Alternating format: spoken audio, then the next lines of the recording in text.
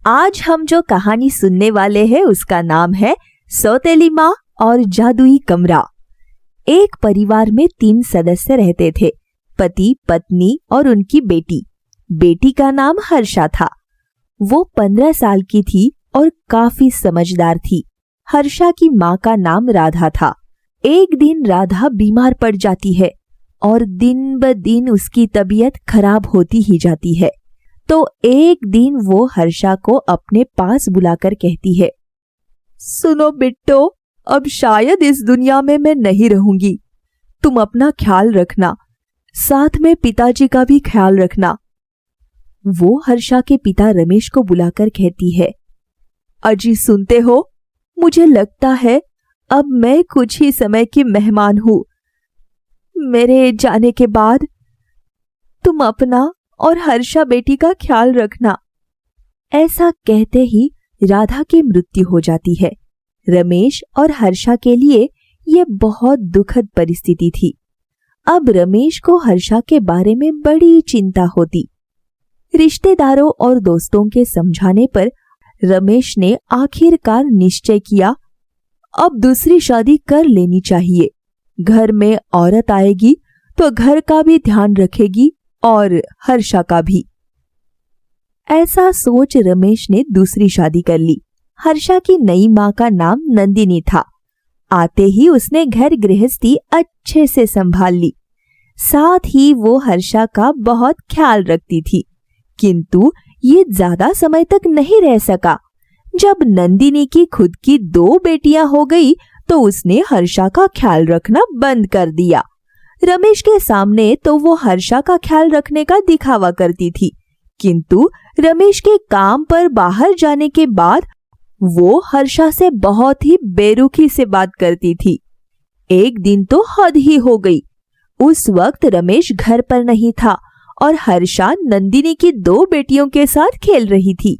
अचानक गलती से हर्षा के हाथ से नंदिनी की छोटी बेटी परी की आंख में चोट लग जाती है और परी रोने लगती है।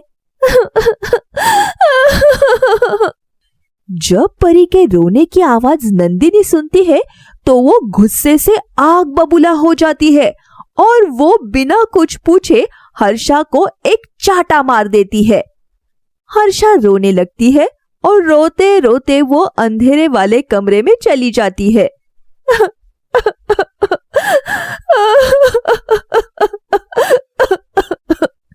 वहीं पर रोते रोते उसकी नींद लग जाती है। हर्षा के पिताजी रमेश 2 दिन के लिए काम से शहर से बाहर गए हुए थे, इसलिए नंदिनी ने भी इस बात की परवाह नहीं की कि हर्षा कहाँ है। अब जब अगले दिन सुबह हर्षा की आंख खुलती है, वो अंधेरे वाले कमरे को देखकर हैरान रह जाती है। वहां पर तो चारों ओर एकदम उजाला था, हर चीज चमक रही थी। उसकी नजर एक टेबल पर पड़ती है। अरे, यहाँ इतने सारे पकवान कहाँ से आए? वो आश्चर्य से मन ही मन में बुदबुदाते हुए पूछती है। तभी अचानक उसकी नजर कमरे के कोने में जाती है, जहाँ पर 3 बोने आपस में बात कर रहे होते हैं।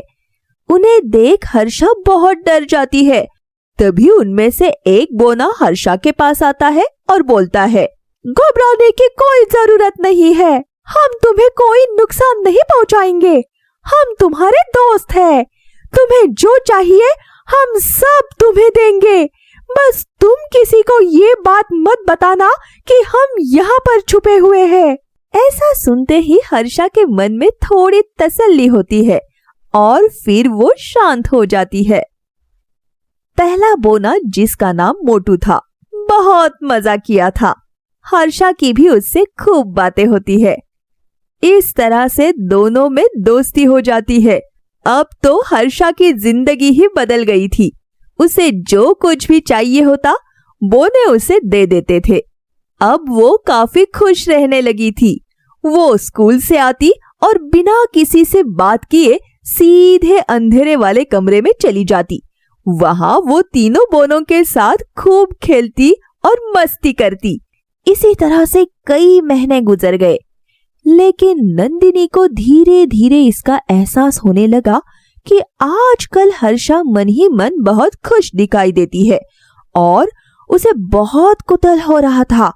और वो सोचने लगी, आखिर क्या बात है जो आजकल हर्षा इतनी खुश नजर आती है और वो मेरी बेटियों के साथ भी नहीं खेलती, मुझसे भी ज्यादा बात नहीं करती।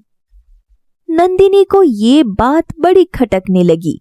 हर्षा के कपड़े, खिलौने और बाकी चीजें देखकर भी उसे बहुत आश्चर्य हो रहा था कि हम सब ने तो ऐसे कपड़े नहीं खरीदे, तो इतने अच्छे अच्छे कपड़े हर्षा ने कैसे पहन रखे हैं।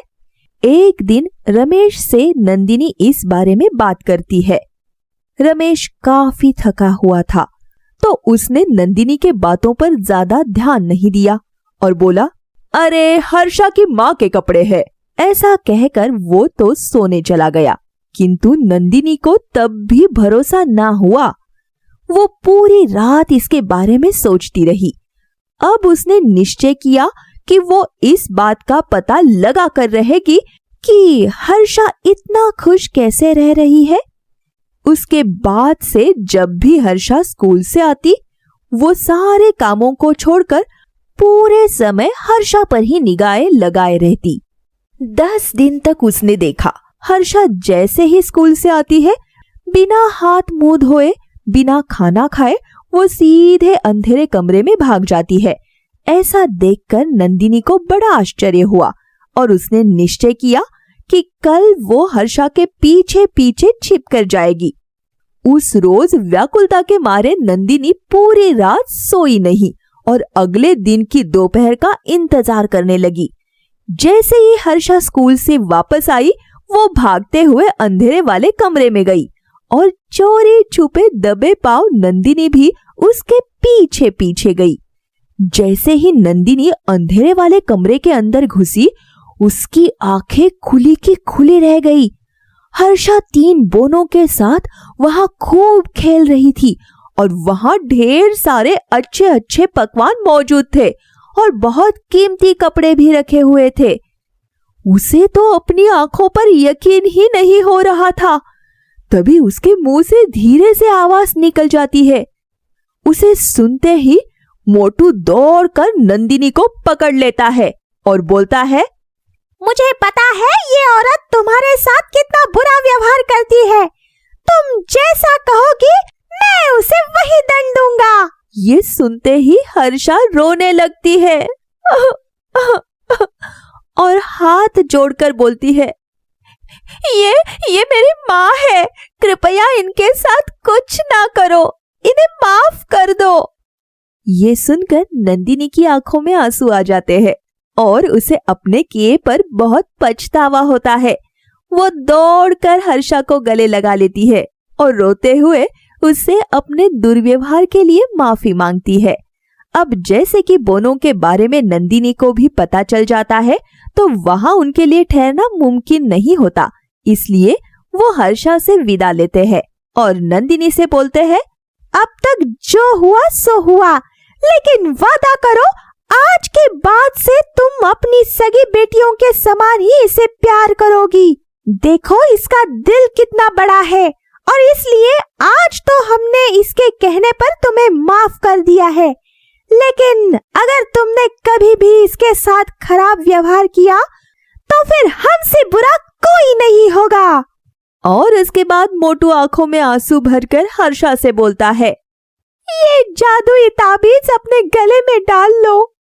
जब भी तुम्हें हमारी जरूरत पड़े, इसको अपने मुंह के सामने रखकर 5 बार मोटू मोटू कहकर मुझे पुकारना। मैं जहां कहीं भी रहूंगा तुरंत तुम्हारे सामने आ जाऊंगा। ये कहने के बाद तीनों बोने वहां से गायब हो जाते हैं और हर्षा अपनी मां नंदिनी के साथ खुशी खुशी रहने लगती है।